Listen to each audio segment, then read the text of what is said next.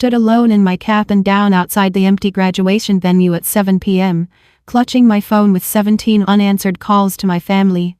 The parking lot stretched before me like a desert of broken promises.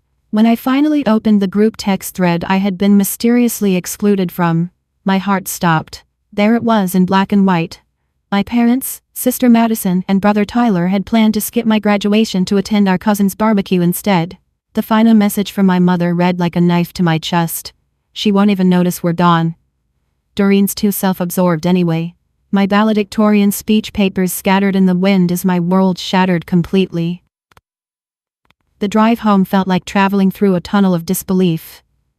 Every red light gave me another moment to process what had just happened. 4 years of sleepless nights, countless hours in the library, sacrificing social events and relationships to maintain my 4.0 grade average, all leading to this moment when my own family chose potato salad over my proudest achievement. I pulled into our driveway in suburban Wilmington, Delaware, and immediately noticed the absence of any cars. The house sat dark, except for the porch light, which my mother always left on when she expected me home late. But tonight felt different. Tonight felt hollow. Walking through the front door, I called out tentatively, "Hello? Anyone home?" My voice echoed through the empty hallways. The living room showed clear evidence of hasty departure. Throw pillows askew on the couch, television still playing the evening news, and most telling of all, a collection of dirty dishes stacked on the kitchen counter from what appeared to be a quick meal before heading out. I wandered into the kitchen and found remnants of their preparation for the barbecue. Aluminum foil containers that once held store-bought side dishes sat in the garbage can. A handwritten note in my mother's cursive script lay crumpled on the counter. "Don't forget the ice cream for Janet's kids." Even in my state of shock, the irony struck me. My mother remembered ice cream for my cousin's children but forgot her own daughter's graduation ceremony. The sound of car doors slamming in the driveway around 10:30 p.m. jolted me from my position curled up on the living room chair. I heard familiar voices approaching the front door, their laughter carrying through the night air like salt in an open wound. My father's booming voice dominated the conversation, recounting some apparently hilarious moment from the afternoon's festivities. "Robert, you should have seen Janet's face when little Tommy jumped in the pool fully clothed." My mother giggled, her voice bright with the kind of joy I had hoped to hear directed toward my accomplishments today. The front door opened, and my family poured in carrying leftover containers and lawn chairs. They stopped short when they saw me sitting in the darkened living room, still wearing my graduation gown. "Oh," my mother said, her smile fading slightly. "You're home already. How was the thing?" The thing. My college graduation ceremony was simply the thing. It was my graduation, Mom. My college graduation that you promised to attend 6 months ago when I gave you the date. My father, Robert, set down a cooler with unnecessary force. "Look, Doreen, it's just a ceremony. You already have the degree. The paper doesn't change whether we sit in uncomfortable chairs for 3 hours watching thousands of names get called." "But you made a commitment," I protested, standing up so quickly that my graduation cap fell to the floor. "You RSVP'd yes to the university. You marked it on the calendar. You told me you'd be there." Madison, my 20-year-old sister, rolled her eyes as she kicked off her sandals. "God, Doreen, why do you always have to make everything about you?" Janet was really excited about this barbecue, and it's not like your graduation was some huge surprise. "You've been talking about it for months." "Exactly," I exclaimed. "I'd been talking about it for months because it was important to me." My mother, Patricia, moved to the kitchen and began unpacking leftover food with deliberate precision. "Honey, you know how much Janet has been struggling since she dropped out of school. This barbecue was her chance to feel good about something. Your graduation would have just made her feel worse about her own situation." The words hit me like a physical blow. "So you chose to protect Janet's feelings over celebrating my achievement? It's called being considerate of other people." Madison chimed in, flopping onto the couch. "Something you might want to try sometime." Tyler, my 17-year-old brother, remained silent throughout this exchange, staring at his phone with the kind of intense focus that suggested he was desperately trying to become invisible. His silence hurt almost as much as everyone else's words. "I worked for 4 years, I said, my voice beginning to shake. 4 years of academic scholarships. Dean's List every semester. Graduating summa cum laude. And you think sitting through my ceremony would be an inconvenience? My father loosened his tie and settled into his recliner. Doreen? You're being dramatic. We celebrated when you got accepted to college. We celebrated when you made Dean's List the first time. How many celebrations do you need? This is college graduation, Dad. This happens once in a lifetime. And Janet's barbecue also happens once, my mother countered. She specifically planned it for today because it's Memorial Day weekend and everyone could come. Your graduation was scheduled on the same day. We had to make a choice. I stared at the three people who were supposed to love me most in the world. And you chose Janet. We chose family loyalty over personal ego, Madison said, not looking up from her phone. The conversation might have continued, but I noticed something that made my blood turn cold. Peeking out from under a stack of mail on the kitchen counter was a corner of what looked like an expensive envelope. I walked over and pulled it free, recognizing immediately the embossed return address of my maternal grandparents in Florida. "What's this?" I asked, holding up the unopened envelope addressed to Mr. and Mrs. Gerald Hampton in my grandmother's elegant handwriting. My mother's face went pale. "Oh, that. It came a few days ago." I tore open the envelope and found a check for $200 made out to my parents, along with a note in my grandmother's handwriting. "For travel expenses to attend Doreen's graduation. We're so proud of her and sorry we can't make the trip ourselves. Please give her our love and tell her we'll be thinking of her on her special day." "My grandparents sent you money to come to my graduation," I whispered. "Well, we didn't ask for it," my father grumbled. "But you kept it." The room fell silent, except for the ticking of the wall clock in the kitchen. "I need to call them," I said, reaching for my phone. "It's almost 11 p.m., my mother protested. "They'll be asleep." "They stayed up waiting to hear how the graduation went. They probably think you're on your way home from the ceremony right now." The silence that followed was the loudest sound I had ever heard. In that moment, I realized my family had not only abandoned me, but they had also betrayed my grandparents' trust and stolen their money under false pretenses. But the worst discovery was yet to come. The next morning, I wake up feeling like I had been hollowed out from the inside. The events of the previous day played on repeat in my mind, each detail more painful than the last. I found my mother in the kitchen, making coffee as if nothing had happened. "Good morning, sweetheart," she said in a tone so casual it made my skin crawl. "There's fresh coffee if you want some." I poured myself a cup and sat at the kitchen table where I had done homework for countless years. "Mom, I've been thinking about yesterday." "Oh, honey, let's not dwell on that. What's done is done. Besides, I'm sure your graduation was lovely. You wouldn't know because you weren't there." Patricia sighed and leaned against the counter. "Doreen, I've been patient with your dramatic reaction, but this tantrum needs to stop. You're a college graduate now. It's time to start acting like an adult, instead of throwing a fit when things don't go exactly your way." "Throwing a fit?" I set my coffee cup down harder than necessary. "My family skipping my graduation is not things failing to go my way. It's a fundamental betrayal of trust. You're being ridiculously overdramatic. It was one afternoon. One ceremony. You'll have plenty of other important days in your life." Before I could respond, Madison wandered into the kitchen wearing pajamas and an expression of supreme annoyance. "Are you seriously still going on about this?" she asked, opening the refrigerator. "I thought you'd be over it by now. Get over my family abandoning me on one of the most important days of my life? How long is that supposed to take?" Madison grabbed a yogurt and spun around to face me. "Look, I'm going to be honest with you because no one else will. We didn't go to your graduation because frankly, we're all sick of everything being about Doreen all the time. Doreen made Dean's List. Doreen got a scholarship. Doreen this, Doreen that. The rest of us have lives too." I stared at my sister in disbelief. "So you punished me for working hard and succeeding?" "We didn't punish you. We just chose to do something that was actually fun for once, instead of sitting through another event where you get praised for being perfect." My mother nodded in agreement. "Madison has a point, honey. You do tend to dominate conversations with your achievements. Sometimes the rest of the family feels a little overlooked. The world seemed to tilt on its axis.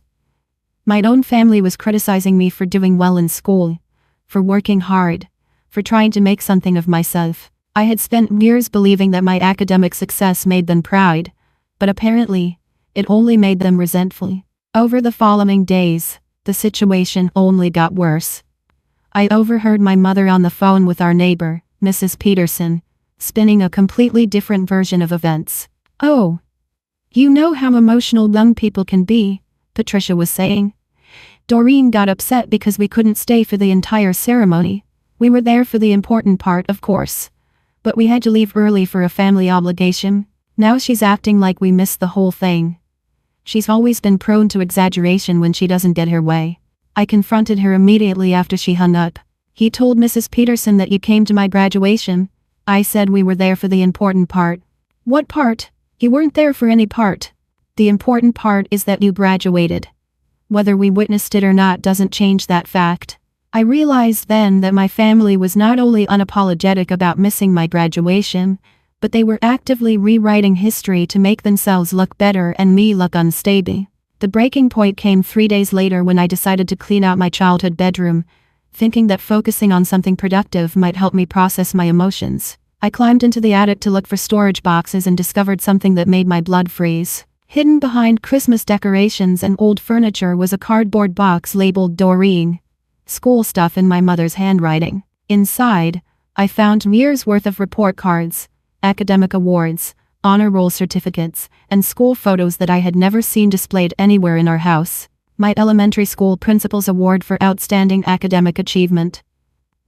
My middle school science fair first place ribbon. My high school National Honor Society certificate, academic letters from every year of high school, perfect attendance awards, student of the month certificates, scholarship notification letters. Every single recognition I had ever received was hidden away in this attic like shameful secrets.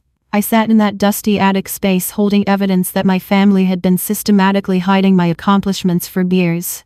While other families proudly displayed their children's achievements on refrigerators and walls, mine had buried them in boxes where no one could see them.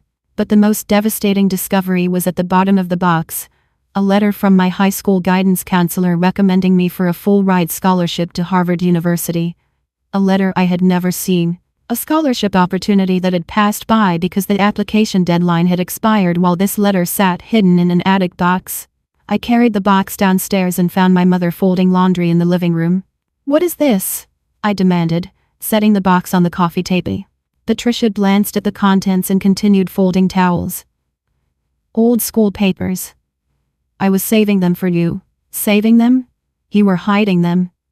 Why aren't any of these displayed anywhere? Why have I never seen this letter about Harvard?" "Oh, that old thing. I didn't think you'd be interested in Harvard. Too far from home, too expensive, too pretentious. You were already accepted to University of Delaware with a good scholarship. Why complicate things? You kept me from applying to Harvard because you thought it was too pretentious? I kept you from making a mistake that would have taken you away from your family and filled your head with ideas about being better than everyone else." In that moment, I understood everything. My family had not forgotten my graduation accidentally or chosen the barbecue impulsively. This was part of a lifelong pattern of undermining my success and limiting my opportunities to keep me small and manageable. That evening, I overheard my mother on another phone call. This time with my Aunt Susan. "I'm worried about Doreen," Patricia was saying. "Ever since graduation, she's been acting strange, moody, accusatory, reading things into innocent situations. I think all that academic pressure might have affected her mentally. She's starting to see conspiracies where there aren't any. Maybe some distance from the family would help her gain some perspective and come back to reality." The irony was overwhelming. My mother was suggesting I needed distance from the family while simultaneously portraying me as mentally unstable for being hurt by their treatment. I went to my room and opened my laptop. If my family wanted distance, they would get more distance than they could possibly imagine. I spent the next several hours researching legal name change procedures in the state of Delaware. I learned about requirements, fees, and timelines. I researched cities across the country where I could start fresh. Then I remembered something my grandfather had mentioned at Christmas dinner 2 years earlier. He had set up a trust fund for my education that would become accessible to me upon college graduation. My parents knew about the fund, but they didn't know the details because my grandfather had handled everything through his lawyer in Florida. I called my grandfather's attorney the next morning and learned that the trust contained enough money to support me for several years while I established myself independently. The funds were entirely under my control, requiring no input or approval from my parents. That night, I made my decision. If my family wanted to treat me like an outsider, I would become one completely. I would change my name, move far away, and build a life where my achievements were celebrated instead of hidden, where my success was welcomed instead of resented. I had given them countless opportunities to apologize, to acknowledge the hurt they had caused, to show even the smallest amount of remorse for missing the most important day of my academic career. Instead, they had doubled down on their behavior and begun questioning my mental stability for having normal emotional reactions to their betrayal. As I lay in bed that night, listening to my family laughing at a television show downstairs, I realized I was grieving not just for my missed graduation, but for the loss of the family I thought I had, the parents I believed were proud of me, the siblings I thought were my supporters, the people I had spent 22 years trying to please and impress. They had shown me exactly who they were and how little they valued me. Now it was time for me to show them who I could become without them. 3 months later, I stood in a courthouse in Portland, Oregon, officially becoming Elena Morrison. The judge smiled warmly as she signed the documents, treating this moment with the respect and significance that my family had denied my graduation day. I had chosen Elena because it meant bright light in Greek, and Morrison because it meant son of the sea. I was starting fresh as a bright light by the sea, 2,900 miles from the people who had tried to dim my shine. My new studio apartment to the Willamette River from the 15th floor of a modern building in the Pearl District. The rent was higher than anything I could have afforded in Delaware, but my grandfather's trust fund provided financial freedom I had never imagined. More importantly, I was earning my own money now as a junior marketing coordinator for a sustainable technology company called Green Future Innovations. The job interview process had been a revelation. When I walked into their offices wearing a professional blazer and carrying a portfolio of my academic projects, I was treated with the respect and attention that my achievements deserved. The hiring manager, a woman named Jennifer Walsh, had been genuinely impressed by my academic record and my internship experiences. Summa cum laude, in marketing with a minor in environmental science? That's exactly the combination we're looking for, Jennifer had said during our meeting. Your thesis on sustainable consumer behavior patterns shows exactly the kind of analytical thinking we need on our team. I had almost cried right there in the conference room. Someone was excited about my accomplishments instead of minimizing them.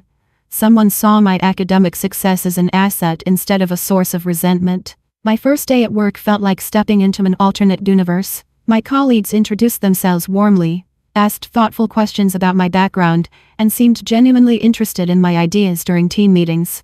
When I contributed suggestions for improving their client outreach strategies, people took notes instead of rolling their eyes. Elena, that's a brilliant point about targeting younger demographics through environmental advocacy groups, said my supervisor, David Chen, during my first team meeting.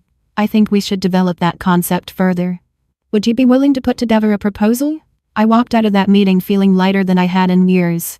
In my family, any suggestion or idea I offered was met with eye rolls, sighs, or comments about me trying to show off. Here, my input was valued and encouraged.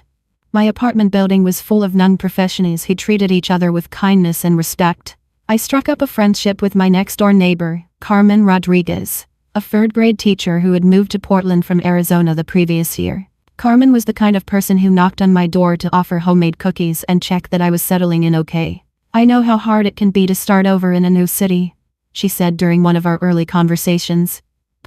When I moved here, I felt so lonely for the first few months. Having good neighbors makes all the difference. Carmen became my first genuine friend in years. With my family, every interaction had been loaded with judgment, competition, or criticism. Carmen and I could talk about everything from our work challenges to our favorite books to our dreams for the future. She celebrated my small victories at work and offered comfort when I had difficult days. This, I realized, was what healthy relationships looked like. Over the weeks, I began to understand how severely my family had damaged my self-perception. I had spent years believing I was selfish for wanting recognition for my hard work, dramatic for having emotional reactions to being dismissed, and self-absorbed for sharing my accomplishments. Living independently and forming new relationships showed me that these beliefs were completely false. When I received my first promotion at work after only 2 months, becoming a marketing specialist with a significant salary increase. Carmen insisted on taking me out for a celebratory dinner. "You have to stop apologizing for being successful," she told me over pasta at a cozy Italian restaurant. "Every time you tell me about something good that happens at work, you add a disclaimer about not wanting to brag. Success isn't something to apologize for. It's something to celebrate." Her words hit me like a revelation. I had been unconsciously minimizing my achievements even in my new life, carrying my family's messages with me like invisible chains. As autumn turned to winter, my life in Portland became everything I had never dared to hope for. I was excelling at work, building meaningful friendships, exploring a beautiful city, and most importantly, learning to value myself the way I deserved to be valued. I had not contacted my family since leaving Delaware, and they had not attempted to find me. The silence was initially painful but gradually became peaceful. I realized that my family's absence from my life was not a loss but a liberation. Then, on a rainy Tuesday evening in November, my phone rang with a call from an unknown Delaware number. I almost ignored it, but something made me answer. "Hello? Doreen? Oh my God. Thank God I found you." It was Tyler's voice, and he sounded panicked. "How did you get this number?" I asked, my heart racing. "I hired someone to find you through your college alumni records. Listen, I know you're probably angry, but something really bad has happened. Dad's been arrested." I felt my stomach drop. Arrested for what? Embezzling money from his construction company. Like, a lot of money. The FBI came to the house with a warrant.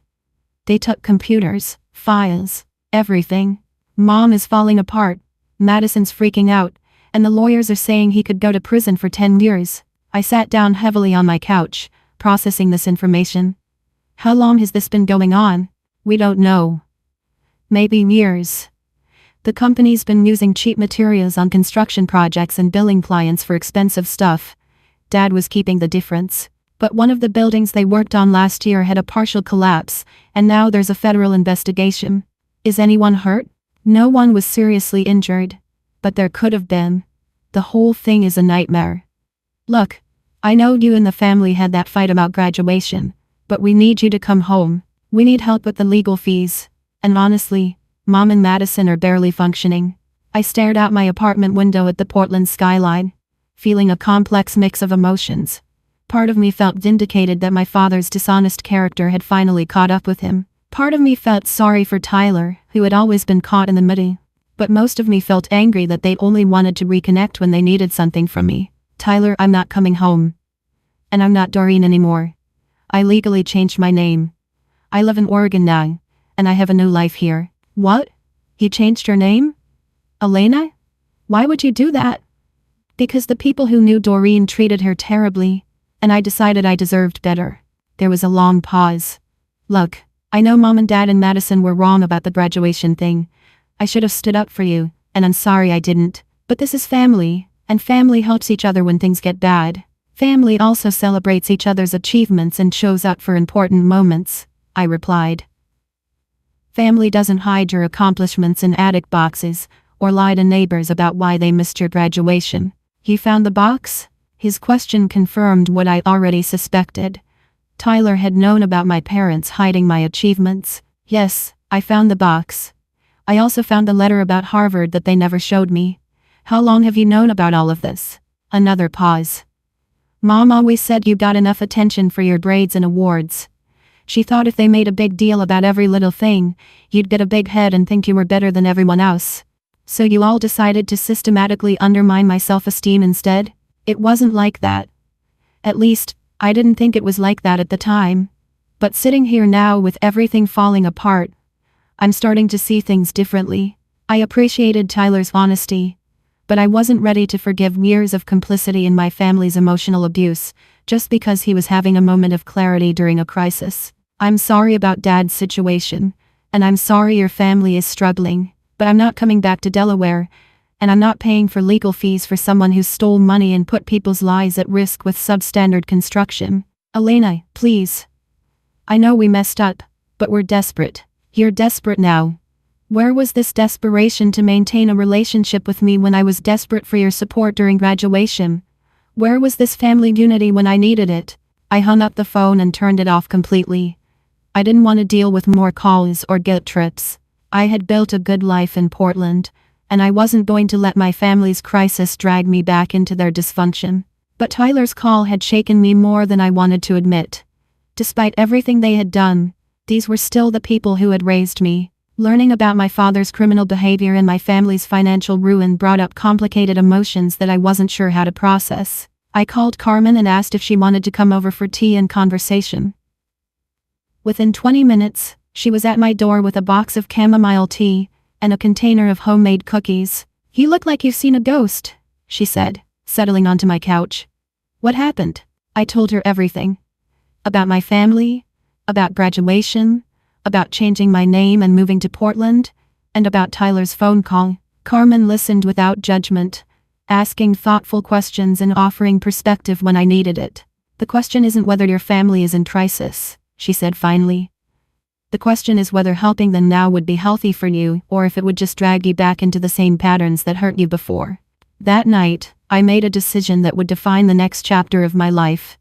I would not return to Delaware or provide financial support for my father's legal troubles, but I would continue monitoring the situation from a distance, and I would be prepared to respond if circumstances changed in ways that required my intervention. I had no idea that within 6 months, I would be in a position to control my family's entire future. Winter melted into spring, and my life in Portland continued to flourish. I had been promoted again, this time to senior marketing specialist, and my salary had increased substantially. My work on sustainable consumer outreach campaigns had caught the attention of Green Future's executive team, and I was being considered for a fast-track leadership development program.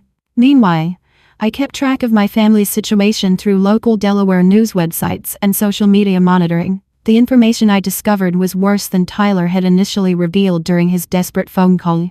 Robert Morrison, as my father was now listed in court documents, had been running a sophisticated embezzlement scheme for over 5 years. His construction company, Morrison Building Solutions, had been billing clients for premium materials while purchasing substandard alternatives, pocketing the difference through a complex system of shell companies and fraudulent invoicing. The total amount stolen exceeded $800,000.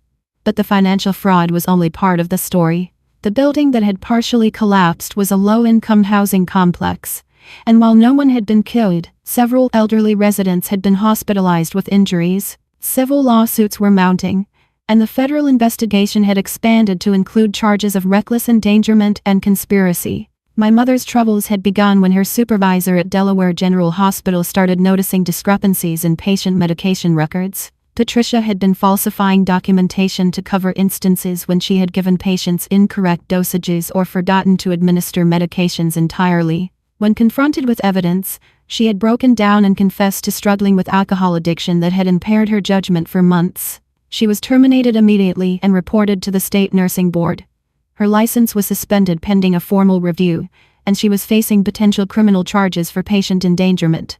Between losing her $60,000 annual salary and my father's legal troubles, the family's financial situation had become desperate. Madison had dropped out of University of Delaware halfway through her junior year, unable to afford tuition once my parents' financial support disappeared. She was working at a fast food restaurant, earning minimum wage while living in my parents' house, which was now in foreclosure proceedings. Tyler had lost his academic scholarship due to failing grades. According to social media posts I found, he was working 2 jobs: stocking shelves at a grocery store during the day, and washing dishes at a restaurant at night. He was trying to save money to return to college, but with his family's financial crisis, most of his earnings went toward basic household expenses. What disturbed me most was discovering how my family had been talking about me during their crisis. Through mutual acquaintances on social media, I learned that Patricia had been telling extended family members and neighbors that I had abandoned the family during their darkest hour and was too selfish and self-absorbed to help my own parents.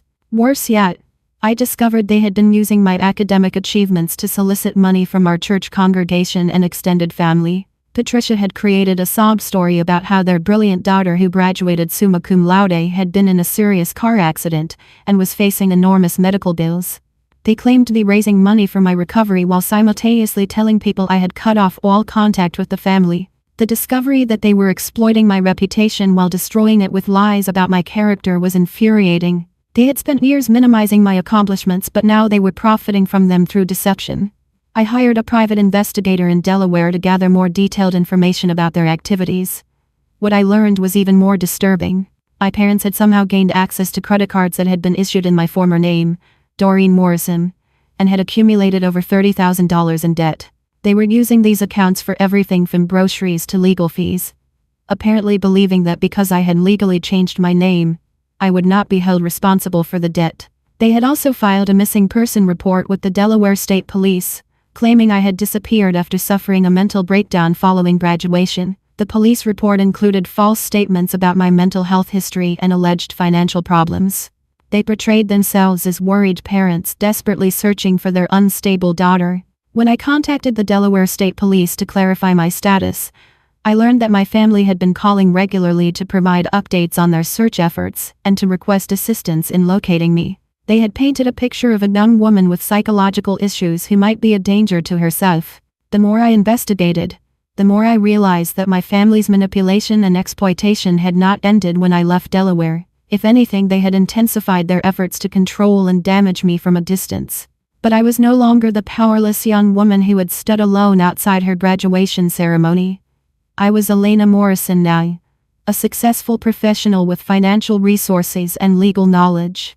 And I was about to use both to protect myself and potentially help the only family member who had shown any genuine remorse for their behavior. I contacted Tyler through a secure email address and asked him to call me from a public phone at a specific time.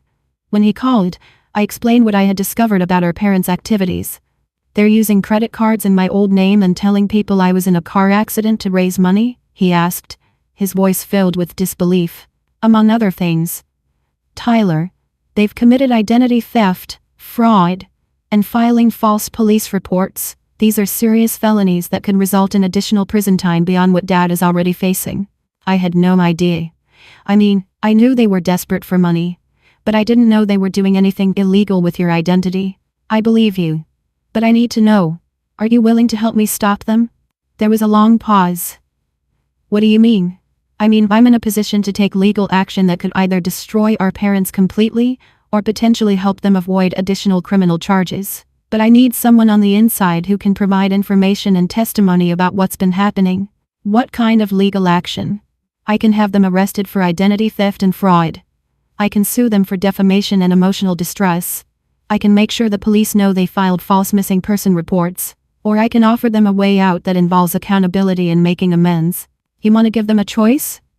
"I want to give you a choice, Tyler. Our parents made their choices when they decided to exploit and lie about me. But you've acknowledged that what happened was wrong, and you've shown genuine remorse. If you're willing to help ensure they face consequences and make changes, I might be willing to offer alternatives to criminal prosecution." Tyler agreed to gather evidence of our parents' activities and report back to me within 2 weeks. He also confirmed something I had suspected. They had no idea where I was living or what I was doing professionally. They assumed I was struggling financially and emotionally, which had emboldened them to continue their exploitation. During this time, my life in Portland reached new heights of success. I was selected for Green Future's Executive Leadership Program and received another promotion to Regional Marketing Coordinator. My salary had doubled since I started working there, and I was being mentored by some of the most innovative professionals in sustainable technology marketing. More importantly, I had begun dating Marcus Chen, an architect who worked for a firm specializing in eco-friendly building design. Marcus was everything my family was not: supportive, encouraging, honest, and genuinely excited about my professional achievements.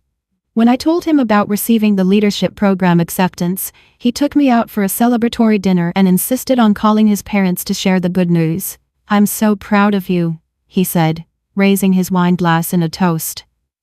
"You're going to change the world with your ideas about sustainable marketing." Sitting across from Marcus in that restaurant, I realized how much my self-worth had grown since leaving my family behind. I no longer apologized for my success or downplayed my achievements. I had learned to accept praise gracefully and to celebrate my victories without guilt.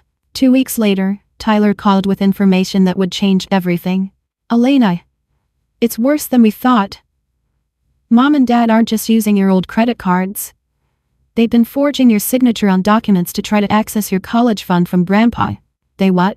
I found papers in Dad's office where they were trying to claim legal authority over your trust fund because you were declared a missing person with mental health issues. They had documents claiming they were your legal guardians due to incompetence. The audacity was breathtaking. Not only had my parents been exploiting my reputation and stealing money in my name, but they were also attempting to gain control of my inheritance through fraudulent legal maneuvers. Tyler, I need you to copy those documents and any other evidence you can find, and I need you to understand that I'm done playing defense. It's time for me to take control of this situation completely. What are you going to do? I'm coming back to Delaware. But not as the victim they think I am.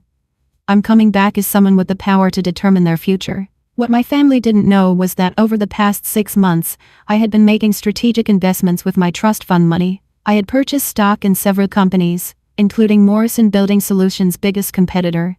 I had also been monitoring the real estate market in Delaware, particularly properties in foreclosure. Their house, the house where I had grown up, was scheduled for foreclosure auction in 3 weeks, and I was prepared to buy it. My family was about to learn that the daughter they had underestimated and abandoned was now in a position to control their entire world. By early June, my transformation was complete in ways that would have seemed impossible 9 months earlier. I had been promoted to Regional Marketing Director for the Pacific Northwest, making me the youngest person in company history to hold that position. The promotion came with a salary increase that put me in the top 10% of earners in my age group, along with stock options and a comprehensive benefits package. My success had been featured in Portland Business Journal's 30 Under 30 Rising Stars issue, with a full-page article about my innovative approaches to sustainable marketing and my rapid career advancement. The article included a professional photo of me in a tailored blazer, standing confidently in Green Future's executive conference room, looking nothing like the heartbroken young woman who had stood alone outside her graduation ceremony. Marcus and I had been dating for 4 months, and our relationship had become the kind of partnership I had never imagined possible. He supported my career ambitions without feeling threatened, celebrated my successes without resentment, and treated my achievements as shared victories rather than personal inconveniences. I love watching you present to clients, he told me after attending one of my business presentations. You light up when you talk about your marketing strategies. It's like watching an artist discuss their masterpiece. These words would have made my family cringe with annoyance, but Marcus meant them sincerely. He genuinely enjoyed my professional passion and intelligence, rather than feeling diminished by them. My Portland life was everything I had dreamed of. Meaningful work, genuine relationships, financial independence, and most importantly, an environment where I was valued for exactly who I was, rather than criticized for not being someone else. But my family's situation in Delaware continued to deteriorate in ways that defied belief. Tyler had been providing me with regular updates, and the picture he painted was one of complete dysfunction and escalating desperation. Robert's trial had been scheduled for September, with prosecutors seeking a 15-year prison sentence. The civil lawsuits from the injured residents had resulted in a judgment that would require my parents to pay over $2 million in damages, money they obviously did not have. Patricia's nursing license had been permanently revoked, and she was facing her own criminal charges for patient endangerment. She had begun drinking heavily, which had led to multiple incidents of public intoxication and a suspended driver's license. Madison had been fired from her fast food job for poor attendance and attitude problems. She was now unemployed and spending her days posting angry rants on social media about how the family's problems were somehow my fault for abandoning them. But the most disturbing development was what Tyler discovered about their continued exploitation of my identity and reputation. Elena, you need to know what they're doing now, Tyler said during one of our weekly calls. Mom has been contacting every scholarship foundation, academic organization, and university program you were ever associated with. She's claiming you're missing and psychologically unstable, and she's asking them to provide financial assistance to the family. She's what? She told her college's alumni association that you disappeared after graduation and they're worried you might harm yourself. She asked them to contribute to a fund for family support during this difficult time. She's been making similar calls to your high school, the National Honor Society, even the library where you volunteered. The scope of their manipulation was staggering. My parents were systematically contacting every institution that had recognized my achievements, spinning false stories about my mental health and family loyalty, to generate sympathy and financial support. It gets worse, Tyler continued. I found out they hired a private investigator to try to find you. But they're not looking for you to reconcile. They want to have you declared mentally incompetent so they can gain legal control of your trust fund. That's not how trust funds work, Tyler. They can't just have me declared incompetent to access my money. I know. But they don't understand that. Dad's been meeting with some sketchy lawyer who's telling them they can challenge your mental competence if they can prove you're estranged from family and making irrational decisions. I had to admire the irony. My family was calling me mentally incompetent for making the rational decision to distance myself from people who treated me poorly. But then Tyler revealed something that changed my entire perspective on the situation. Elena, there's something else. Carmen Rodriguez contacted Mom last week. My blood went cold. What do you mean Carmen contacted Mom? Someone claiming to be your neighbor in Portland called the house. She said she was worried about you and wanted to know if there was any family history of mental illness or erratic behavior that might explain some things she'd observed. That's impossible. Carmen would never do that. I thought the same thing, so I'd asked Mom to play me the voicemail. Elena. It wasn't your friend. Someone was impersonating your neighbor to get information about you. The realization hit me like a physical blow. Madison hired her own private investigator. That's what I think. And whoever they hired has figured out where you live and probably where you work. Mom mentioned that the fake Carmen person knew specific details about your apartment building and mentioned seeing you with some guy who might be your boyfriend. My sense of security and privacy had been completely violated. My family had not only continued their manipulation and fraud, but they had now invaded my new life in Portland through hired investigators and impersonation. I immediately called Carmen to warn her that someone might contact her claiming to be from my family. Actually, Elena, something weird did happen last week, Carmen said. A woman called claiming to be your sister, asking if I was worried about your mental health. I told her I had no idea what she was talking about and hung up. But it was really strange. Carmen, I need to tell you something about my family situation. I explained everything to Carmen. The graduation betrayal, my name change, my family's financial and legal troubles, and their ongoing attempts to exploit my identity. Carmen listened with growing amazement and anger. Elena, this is harassment and stalking. You need to take legal action. I've been thinking about that.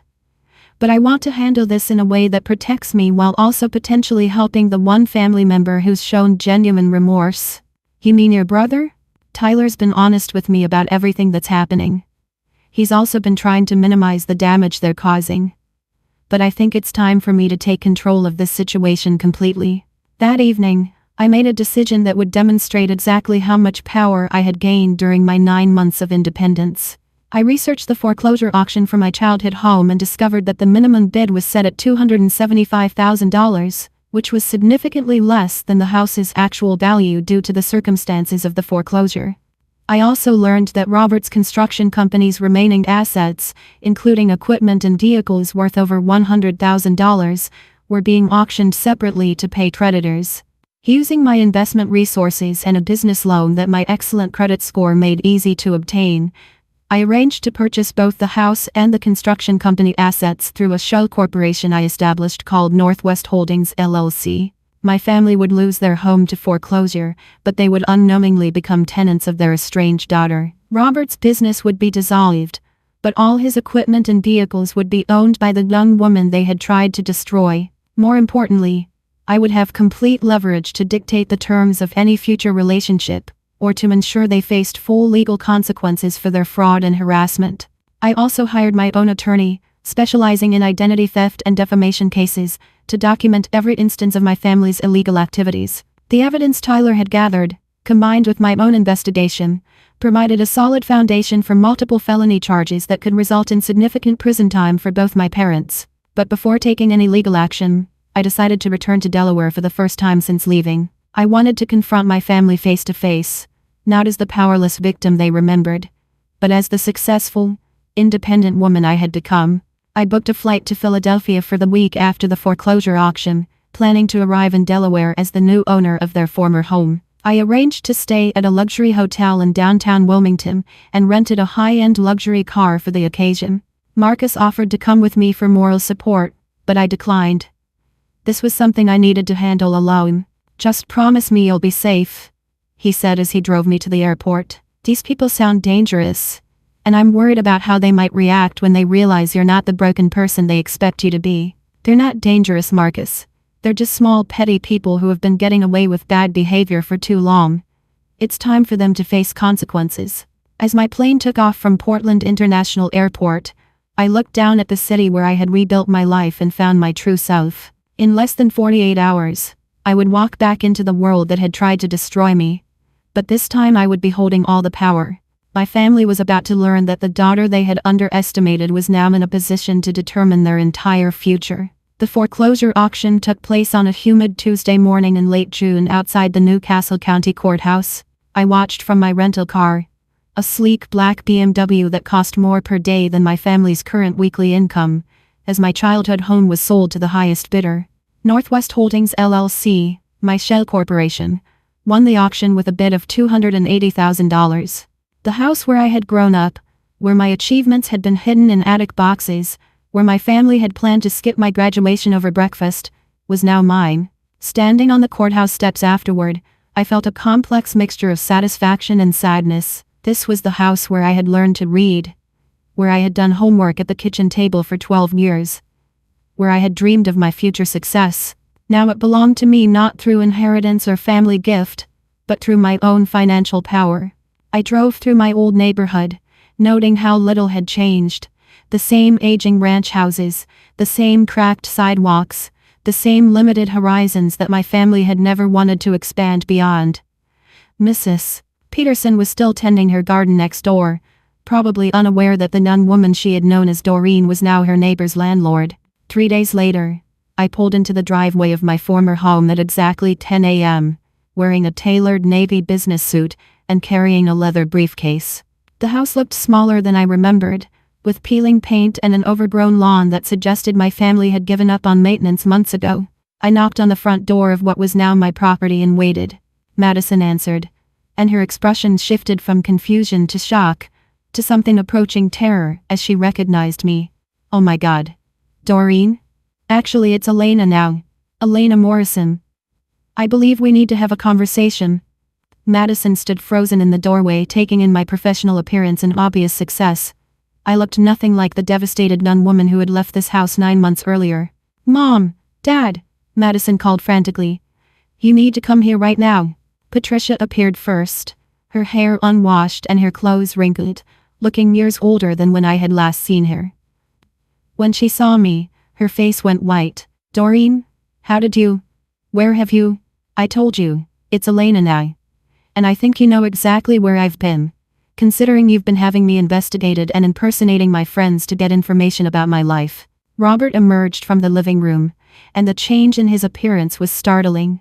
The confident, dismissive man I remembered had been replaced by someone who looked defeated and desperate. His face was gaunt, his posture slouched, and his eyes held the hollow look of someone whose entire world was crumbling. "What are you doing here?" he asked, his voice lacking its former authority. "I'm here to discuss the future. May I come in?" "I think we have quite a bit to talk about." I walked past them into the living room without waiting for an invitation. The house smelled stale and felt heavy with desperation. Bills and legal documents were scattered across every surface. Empty beer bottles suggested Patricia's drinking problem had worsened considerably. Tyler appeared from the kitchen, and unlike the others, his face showed relief rather than fear. "Elena. Thank God you're okay.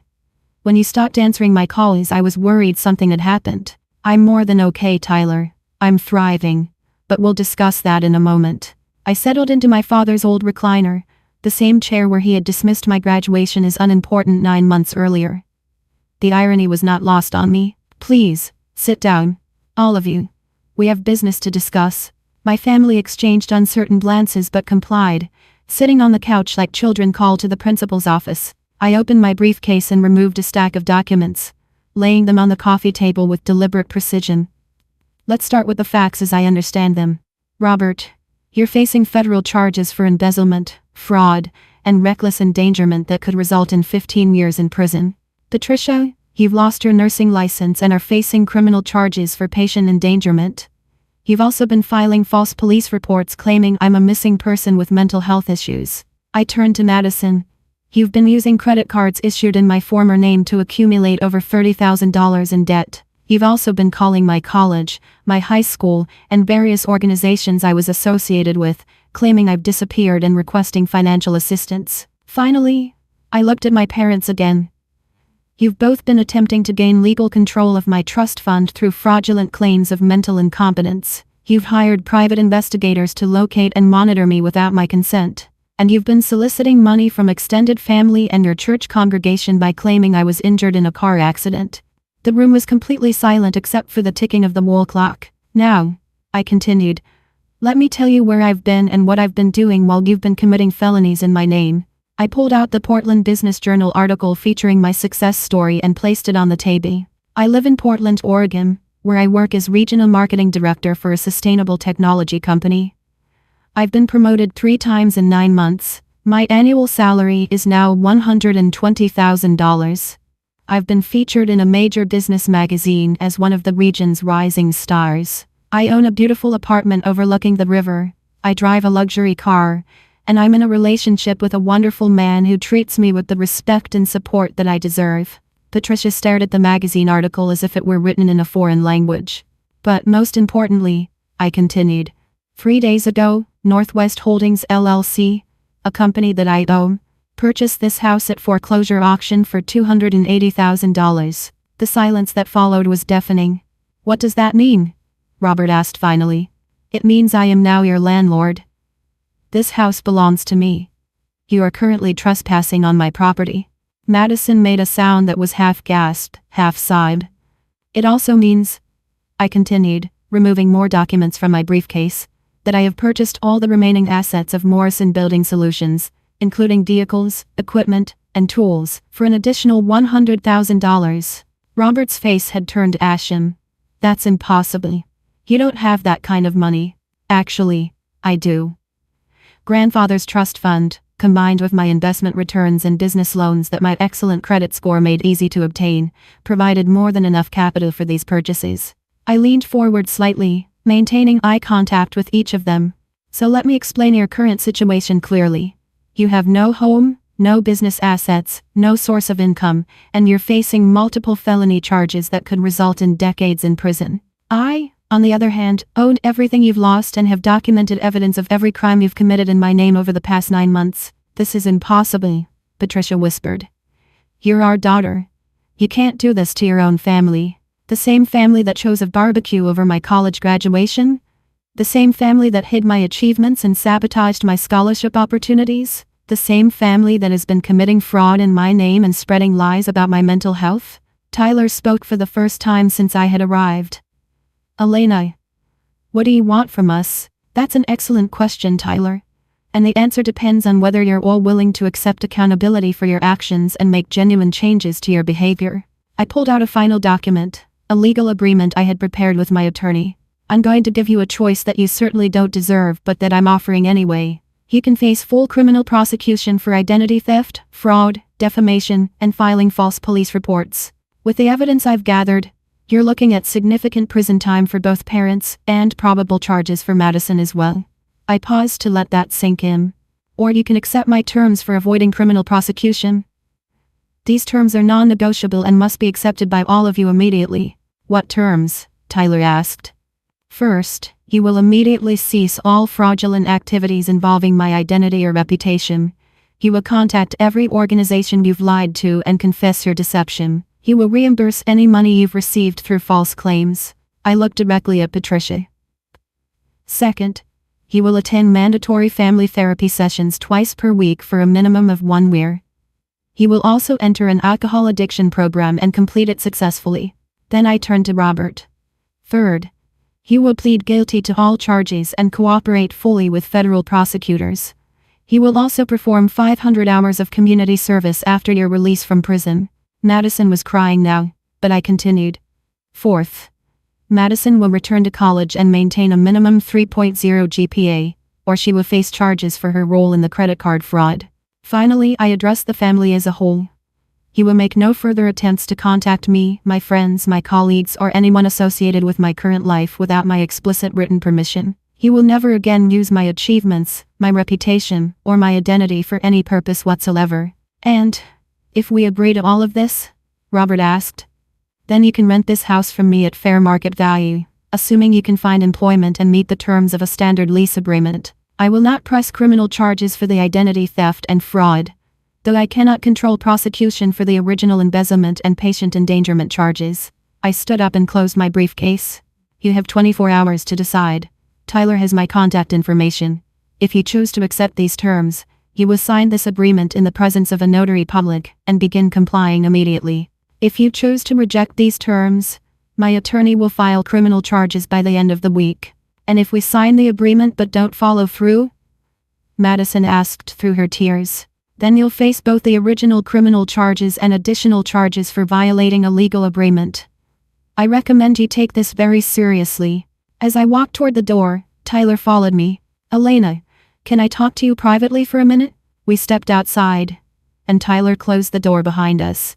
I know I don't have any right to ask you for anything, he said. But I want you to know that I think what Mom and Dad and Madison did to you was wrong. Not just the graduation thing, but all of it. The way they treated your achievements, the way they talked about you, the fraud they've been committing. All of it.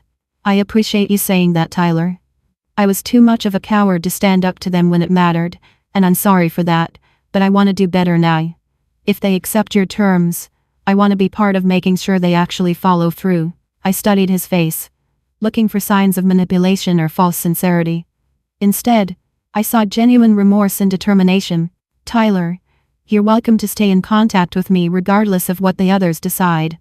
You're the only one who has shown any real understanding of how wrong this situation has been. Thank you. And Elena? I'm really proud of everything you've accomplished. Reading that magazine article about your success made me realize how incredible you are and how much our family failed you. Walking back to my rental car, I felt a sense of completion that I had not expected.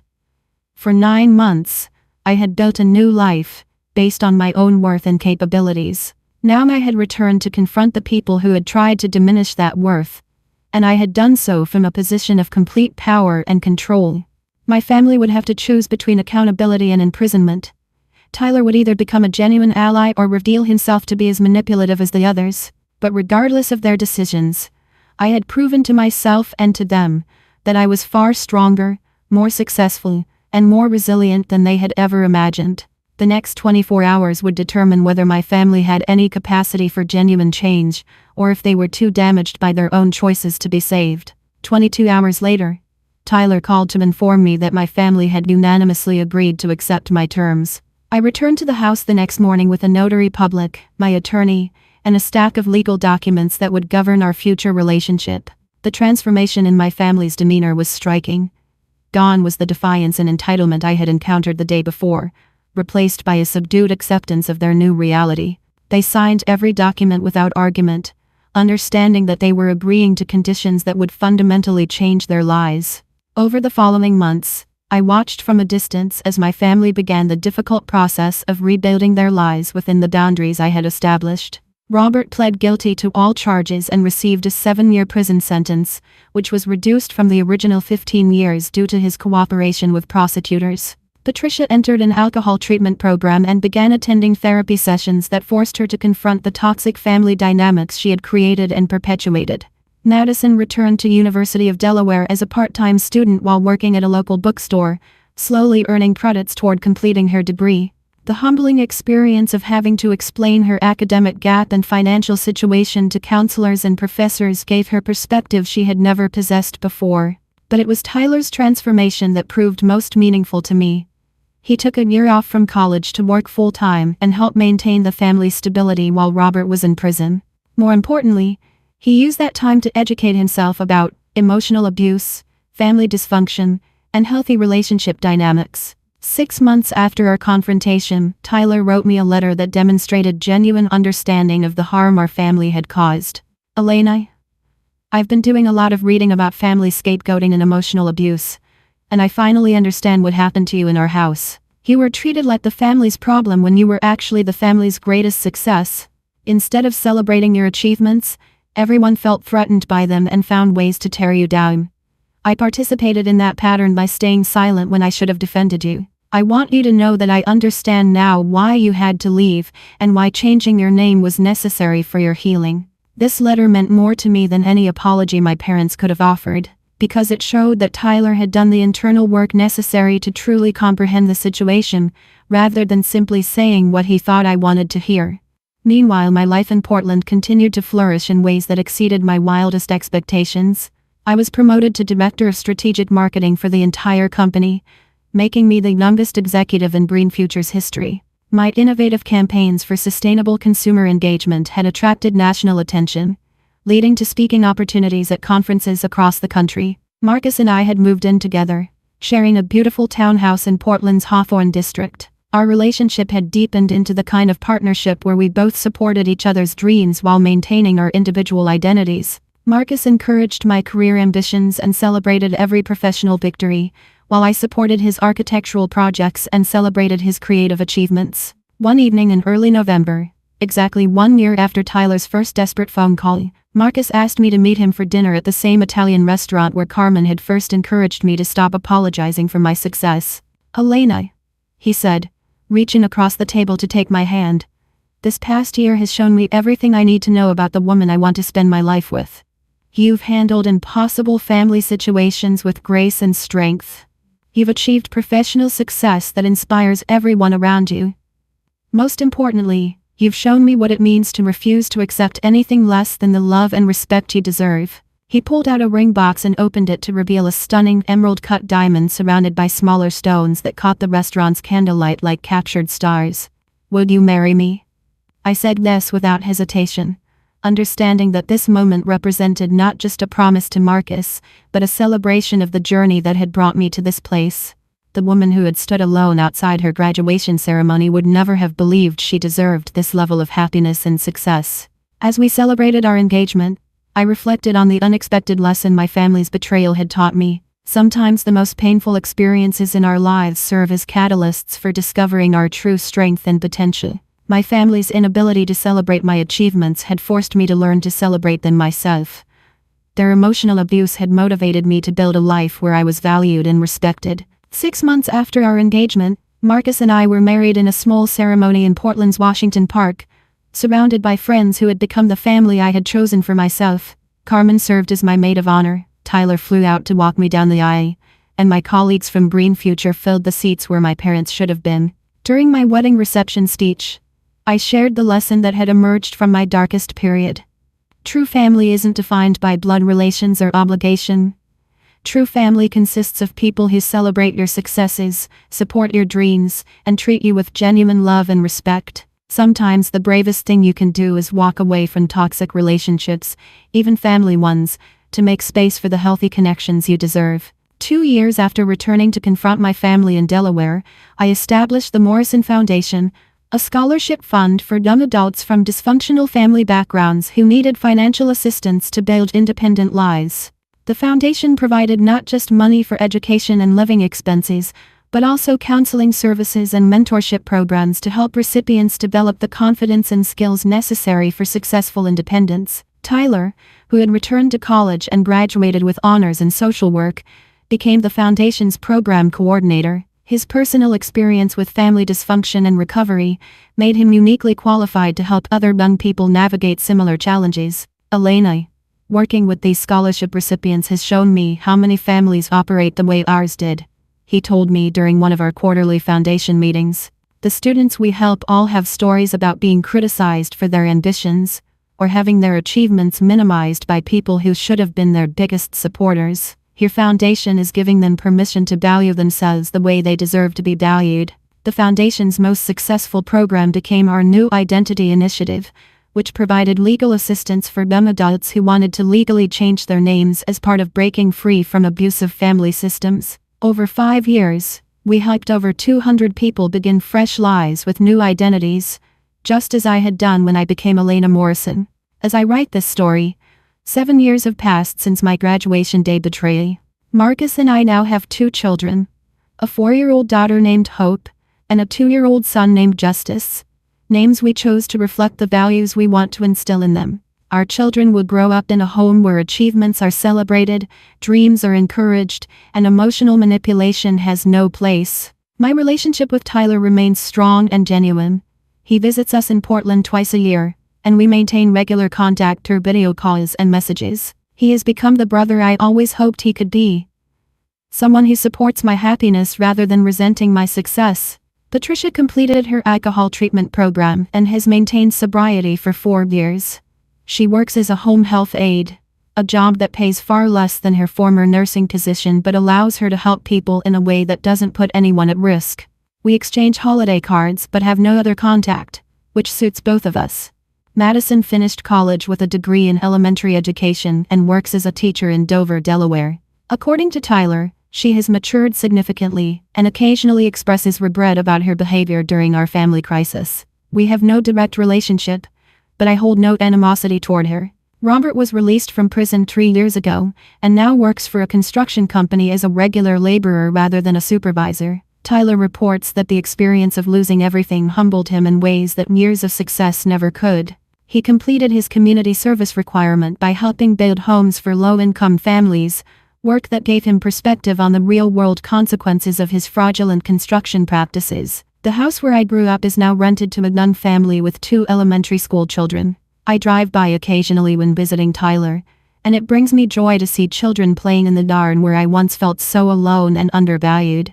The new family treats the house as the warm, loving home it was always meant to be. Looking back on my journey from Doreen to Elena, I understand that my family's betrayal was ultimately a gift, though one that came wrapped in pain and delivered at the worst possible moment.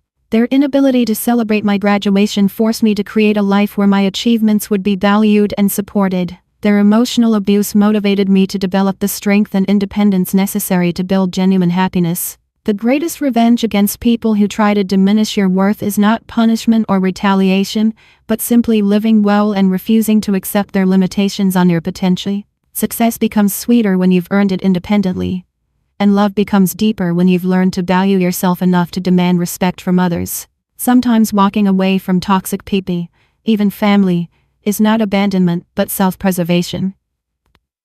Sometimes changing your name is not running away but running toward the person you were always meant to become.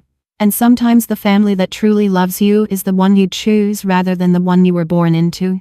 My family forgot my graduation on purpose, so I changed my name and never came back. That decision changed everything. But it changed everything for the better. I am Elena Morrison now. A successful executive, a loving wife, a devoted mother, and most importantly, a woman who knows her worth and refuses to accept anything less than the respect and celebration she deserves. The woman who stood alone outside her graduation ceremony could never have imagined the life that awaited her on the other side of that pain.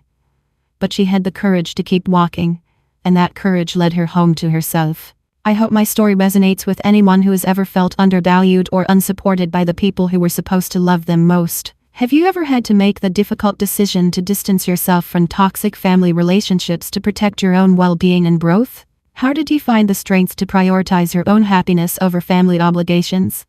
I'd love to hear your thoughts and experiences in the comments below. If this story touched your heart or inspired you in any way, please consider liking this video and sharing it with others who might benefit from hearing about the power of choosing yourself over toxic relationships. And don't forget to subscribe for more stories about finding strength in difficult circumstances and building the life you deserve. Thank you for listening to my journey from heartbreak to healing. And remember, you are worthy of celebration, support, and genuine love. Never settle for anything less than the respect you deserve, no matter who is offering you less.